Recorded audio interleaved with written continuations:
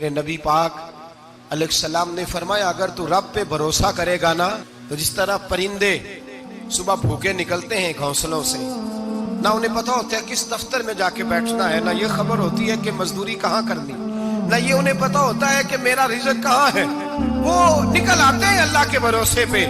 نکلنا تیری ذمہ داری ہے، نکلنا۔ وہ نکل آتے ہیں اللہ کے بھروسے پہ۔ فرمایا جب نکل آتے ہیں شام کو واپس لوٹتے ہیں تو اللہ انہیں پیٹ بھر کے روزی عطا کرتا ہے۔ بھروسہ ذات خدا پہ، بھروسہ اللہ کی ذات پہ، رب کریم کی ذات پہ۔ بندوں پہ لوگ بھروسہ کرتے ہیں، دنیا داروں پہ، سیاستدانوں پہ، وڈیروں پہ، پھر بھروسے ٹوٹتے ہیں۔ بھروسہ اللہ کی ذات پر، اور جب اللہ کی ذات پہ تیرا بھروسہ ہوتا ہے نا میرے بھائی، ان تنہائیوں میں جن تنہائیوں میں کوئی کام نہیں آتا، ان مجبوریوں میں جن مجبوریوں میں لوگ دامن چھڑا کے نکل جاتے ہیں، جب تیرا بھروسہ اللہ کی ذات پہ ہوتا ہے تو ان بیماریوں میں جن میں میڈیکل رپورٹیں جواب دے جاتی، ڈاکٹر ہتھیار پھینک جاتے ہیں، ان تنہائیوں میں، پریشانیوں اور آزمائشوں میں جو ذات پھر آگے بڑھ کے تیرا دامن تھامتی ہے وہ ذات خداوندی ہی ہوتی ہے۔ پھر اللہ تبارک و تعالیٰ تیری مدد فرماتا ہے، پھر وہ اس کا کرم تجھے تھام لیتا ہے۔ جب تو بھروسہ، حضرت ابراہیم کے لیے آگ جلائی گئی، 80-100 کسی نے کہا 80,000 فٹ اونچی آگ، دائیں بائیں آگ ہی آگ، اتنی بڑی آگ کہ سمیٹی نہ جائے، پرندہ گزرے تو گر جائے۔ حضرت ابراہیم کو آگ میں ڈالا جانے لگا، کوئی ساتھی نہیں، کوئی پیارا نہیں، کوئی دوست نہیں، کوئی بھائی نہیں، کوئی امتی نہیں، کچھ بھی نہیں، اکیلے۔ منجنیق بنائی گئی، اس منجنیق میں رکھ کے پھینکا جائے گا۔ حضرت ابراہیم کو رکھا گیا، جب منجنیق میں رکھ دیا تو حضرت جبریل حاضر ہوئے، کہنے لگے ابراہیم کوئی ضرورت ہو تو میں حاضر ہوں، ایک پر ماروں گا، آگ ساری ان کی طرف کر دوں گا۔ اب فرمانے لگے حاجت تو ہے پر تیرے ساتھ میری کوئی حاجت نہیں۔ وہ بارش کا فرشتہ آیا، کہنے لگا حضور حکم دے تو برسا دوں۔ ہوا کا فرشتہ کہتا ہے میں اللہ کی طرف سے مامور ہوں، مجھے حکم ملے تو میں ہواؤں کے رخ پھیر دوں نمرود کی جانب، یہ ساری آگ ان پر گر جائے، بارشیں برسا کے سیلاب کر دوں۔ حضرت ابراہیم کہنے لگے مجھے کسی کی حاجت ہی نہیں۔ فرمایا ٹھیک ہو گیا، جیسے وہ چاہتا ہے میں تیار ہوں۔ حضرت جبریل امین عرض کرنے لگے حضور میں آیا ہوں، مجھے حکم دے۔ فرمایا کوئی ضرورت نہیں تیری، آپ جائیے۔ کہنے لگے پھر رب سے دعا ہی کر لیں۔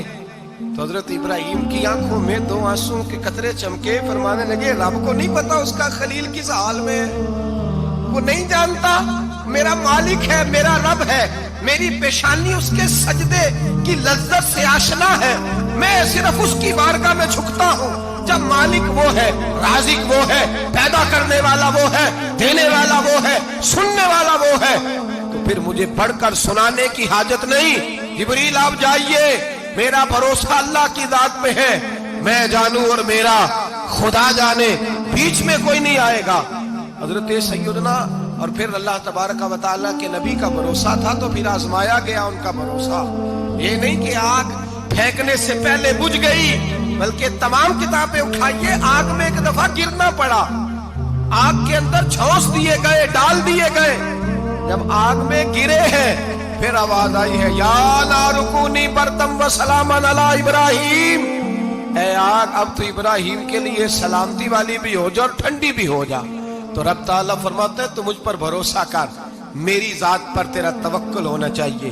وَمَن يَتَوَكَّلْ عَلَى اللَّهِ فَهُوَ حَسْبُهُ، تو میری ذات پر بھروسہ کر، میں تیری دنیا بھی اچھی کر دوں گا، تیری آخرت بھی اچھی کر دوں گا۔ توحید باری تعالیٰ کا مطلب یہ ہے کہ اپنے آپ کو اپنے رب کے حوالے کر دیں، اپنے آپ کو اپنے، توحید کا مطلب یہ ہے کہ اپنے آپ کو اپنے رب کے بس اس کے حوالے کر دیں، وہ جس طرح چاہے اس طرح کرے، جو ہمارے لیے فیصلہ کر دے اس پہ سر تسلیم خم ہے، جو مزاج یار میں آئے اس پر دیکھیں نا، حضرت ابو بکر، جناب عمر، عثمان غنی، مولا علی، یہ خلفاء بنے، باقی صحابہ میں سے کوئی شخص بھی اس مسند پہ آیا؟ کوئی نہیں آیا۔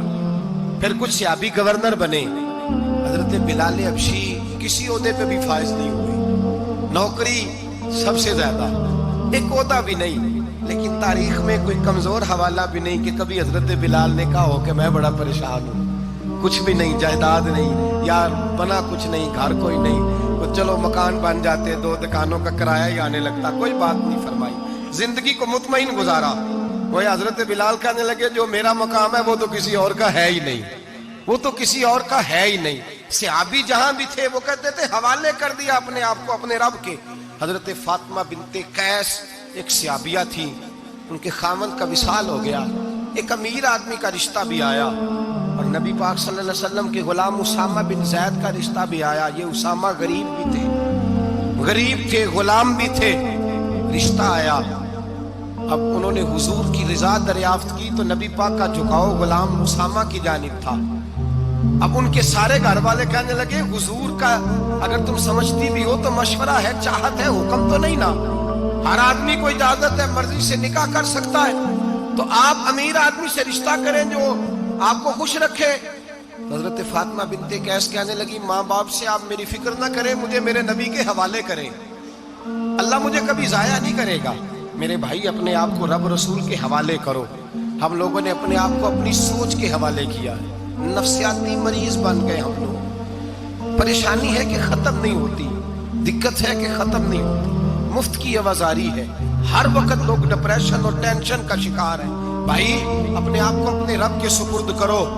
یہاں تو کوئی کسی چودھری کو کہہ دے کہ بھائی جس طرح کا تیرا دل کرتا ہے میں تیرا اس طرح کر لے، تو وہ انسان کا نقصان نہیں کرتا، کہتا ہے وہ تو میرے پلڑے میں آ کے بیٹھ گیا ہے تو کیسے نقصان کروں۔ اگر رب کریم کو کہہ دو گے کہ یا اللہ تیرے ہیں، جس طرح تو بہتر سمجھے ہمارے ساتھ سلوک کر، اس کی بارگاہ کی طرف جھک جاؤ، اس کی جانب توجہ کر۔